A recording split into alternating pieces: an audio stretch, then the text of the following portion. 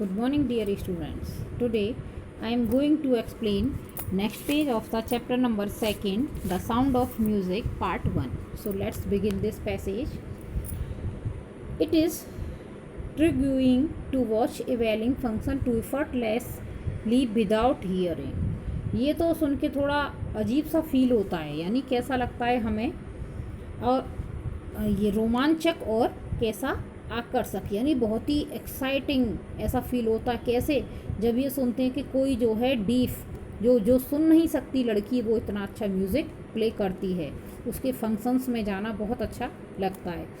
In our 2 our discussion, हमारे 2 घंटे के डिस्कशन के बाद, she never missed a word, उसने एक वर्ड भी मिस नहीं किया। Man with busy beard give me trouble, एक इंसान ने जो कि लंबी दाढ़ी वाला था उसने मुझे प्रॉब्लम क्रिएट की। She laughed, it is not just watching the lips, वो उसके लिप्स नहीं देख पा रही थी, क्योंकि वो लिप्स रीडिंग करती थी, लिप्स देख के ही, क्योंकि उसकी दाढ़ी इतनी बड़ी थी, लिप्स तक थी, तो वो उसके लिप्स नहीं देख पा रही थी जिससे कि वो अच्छे से प्ले कर पाए। It is the whole face, ये उसका पूरा चेहरा, स्पेशली द आईज, उसकी आँखें। She speaks flawlessly with a Scottish lilt, वो एक स्कॉटिश लैंग्वेज में बहुत ही फ्लो से बोल पाती थी, झूमते हुए गाना गा सकती थी। माई स्पीच इज़ क्लियर, मेरी स्पीच क्लियर थी, because I could hear it was till I was 11, क्योंकि मैं 11 साल तक तो सुन सकती थी, इसलिए उसका बोलना वगैरह सारा क्लियर था।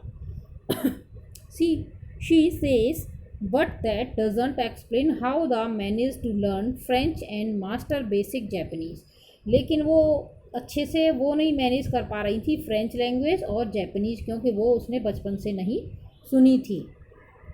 Next passage of this chapter, passage number 7.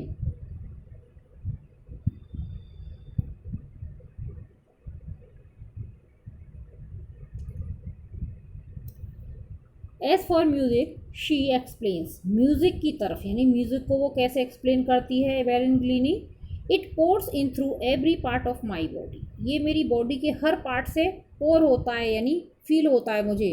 It टिंगल्स in the skin, वो उसकी बॉडी की जो स्किन है उससे उसे फील होता है। My cheek bones and even my hair, मुझे बालों से, अपनी बोन से, अपनी स्किन से, सबसे म्यूजिक सुनाई देता है। When she plays the xylophone, जब वो जाइलोफोन बजाती है, कौन? Evelyn Glennie. She can sense the sound passing up the stick into the fingertips, उसकी उंगलियों की जो फिंगर पॉइंट हैं उनसे ही उसको पता चल जाती है कि वो किस तरह से प्ले कर रही है। By learning against the drum, और ड्रम के अगेंस्ट में, ड्रम बजाने में, she can feel the resonances flowing into her body, उसको अपनी पूरी बॉडी में फील होती है उसकी जो वाइब्रेशन है। ऑन अ वुडन प्लेटफॉर्म, एक लकड़ी के प्लेटफॉर्म पर खड़े होके, she removes her shoes so that the vibration pass through her bare feet and up her legs, क्योंकि वो नंगे पैर खड़े होके बिना शूज़ उतार के प्ले करती है वहाँ पर, क्योंकि उसको अपने पैरों की, लेग की जो फीट होते हैं, फुट से वो फील कर पाती है ड्रम के वाइब्रेशन को। So come to the next passage of this chapter, next page, passage number 8। Not surprisingly, कोई आश्चर्य की बात नहीं है, Evelyn delights her audiences, Evelyn Glennie के जो ऑडियंस होते हैं, जो उसे सुनने आते हैं, वो बहुत ही डिलाइट हैप्पी फील करते हैं। In 1991 she was presented with the royal philharmonic society, उसने 1991 में अपनी एक प्रेजेंटेशन दी थी रॉयल सोसाइटी के लिए, prestigious soloist the year and award, और उसे वहाँ एक अवार्ड भी मिला था। She is master percussionist James Blade, कौन कहता है? ये तबला बजाने वाला एक जेम्स ब्लेड कहता है, God may have taken her hearing but he has given her back something extraordinary, God ने उसकी हियरिंग पावर तो ले ली, लेकिन उसको कुछ एक्स्ट्राऑर्डिनरी क्वालिटीज़ दे दी कि वो अपनी बॉडी से फील कर सकती है हियरिंग को, सुनने को। वाट वी हियर, जो हम सुन सकते हैं, शी फील्स, वो उसे महसूस करती है। Far more deeply than any of, हम सबसे जो नॉर्मल लोग सुनने वाले हैं उन सबसे ज़्यादा वो अच्छी तरह से फील कर पाती है। दैट इज़ वाई ऐसा she express music so beautifully, इसीलिए वो अच्छे से म्यूज़िक को एक्सप्रेस कर पाती है. So next passage number 9.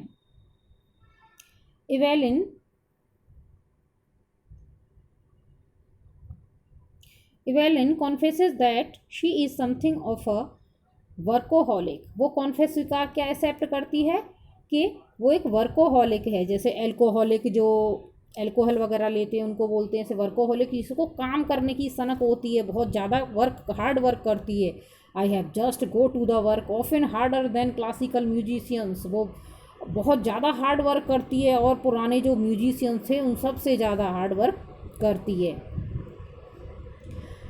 But the reward are enormous, और उसको बहुत बड़े बड़े रिवार्ड भी मिलते हैं. Apart from the regular concern, Evelyn also gives free concerts in prisons and hospitals. वो फ्री में अपने प्रोग्राम्स करती थी हॉस्पिटल्स में और जेल में, क्योंकि उन लोगों को एंटरटेन करने के लिए. She also gives high priority to classes for young musicians.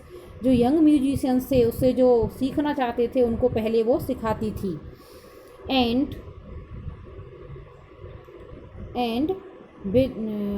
रिचलिन of the Beethoven fund of deaf children's age. और वहाँ पर रिचलिन जो बहरे बच्चों के लिए फ़ंड कलेक्ट करते थे. शी इज़ द, वो क्या कहते हैं रिचलिन, shining inspiration of deaf children, कि वो एक चमकदार ऐसे बच्चों के लिए एक प्रेरणा थी, स्रोत, उससे बच्चे सीखते थे. They see that there is nowhere that they can't go. ऐसी कोई जगह नहीं है जहाँ पर वो नहीं जा सकते. देखो एवेलिन ग्लीनी ने भी इतना बड़ा काम कर दिया तो हम क्यों नहीं कर सकते, उसको मान के वो ऐसा करते थे. Next passage number 10.